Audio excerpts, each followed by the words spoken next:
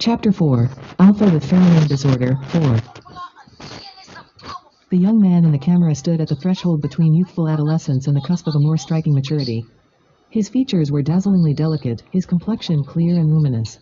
He seemed to be carefully reading the scrolling comments, leaning in closer to the lens.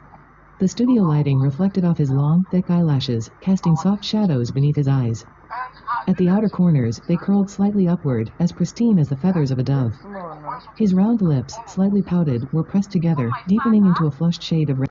Suddenly realizing what the comments meant, Shui Que gripped the selfie stick, preparing to push himself off the bed. So, sitting on the bed while streaming was a no-go.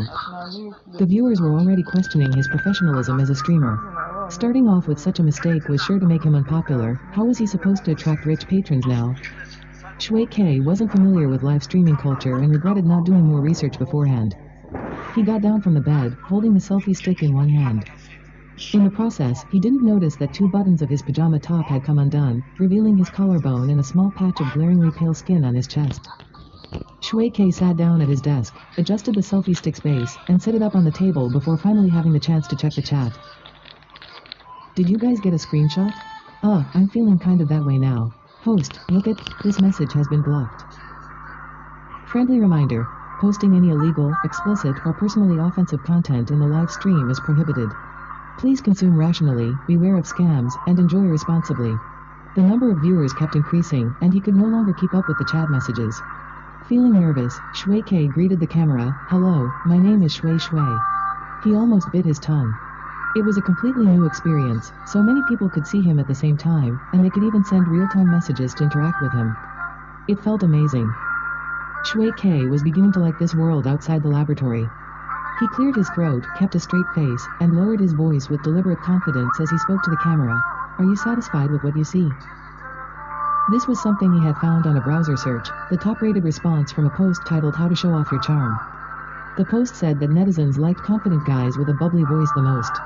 However, his natural voice was already soft and clear, so when he lowered it, it turned into something tender and lingering instead. It sounded less like confidence and more like a spoiled little boy pouting coyly. The response was overwhelming. The chat instantly flooded the screen. Such a soft little brother. User in Apple sent 10 love at first sight gifts. User being a dog everywhere sent 30 glow sticks. Who taught our little brother to talk like that? Have you been brainwashed by CEO romance novels? Learning everything will only hurt you in the end, lol. User Shang Shuan sent 1,000 catnip gifts. Gift notifications were more prominent than regular chat messages, making them stand out. Thank you, an apple and being a dog everywhere. Shui Que read out each name. And Shang Shuan for the gift. Wait, that last one? How much? 1 catnip is 100 coins. 1,000 of them means a lot of zeros, a lot of zeros. You fools, 1,000 catnip is 100,000 coins. Boss Shang Shuan is so generous. The sudden surge of gifts was like throwing fuel on a fire, instantly pushing his stream into the top 10 on the hourly trending list. This attracted even more casual viewers who had never heard of this stream before. The chat messages flew by so quickly that Shui Que's eyes struggled to keep up, and he could no longer follow the conversation. System 77 excitedly reminded him, that guy named Shang Shuan just dropped a huge amount of money. Host, our soft rice points just increased to 10.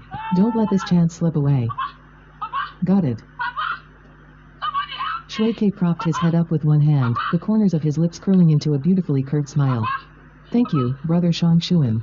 A highlighted message appeared in the chat.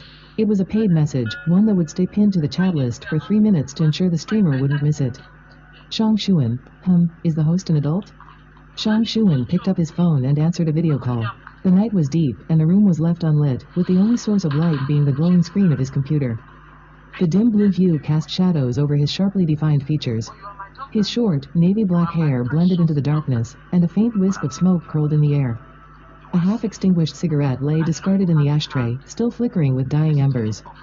The person on the other end of the call took one look at the smoke-filled scene and instantly understood the situation. Shang Shuan, is it your susceptibility period again?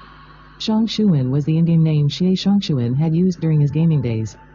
The caller was someone he had met back when he was still a professional player, not a teammate, but a rival. They had admired each other's skills, and even after one transitioned into streaming while the other became a coach for a small club, they had stayed in touch. Xie Shangshuan didn't look at the camera. One hand rested on the keyboard as he typed casually. The other person sighed and advised, I told you ages ago, you should get a partner, preferably an omega. Adults in their susceptibility period should be all lovey-dovey with their significant other. Then you wouldn't have to fight off your nicotine cravings every time. Alphas in their susceptibility period would feel moody and restless, resorting to all kinds of odd habits to cope. There had been reports of alphas who, during this time, spent 24 hours sitting in a bathtub, obsessively picked up trash on the street, or cooked nonstop for a month. Compared to those, Xie Shangchun's chain smoking wasn't the strangest method, just unhealthy and environmentally unfriendly. Remember that time we went out for dinner? The next room over had an omega who came over to ask for your contact info.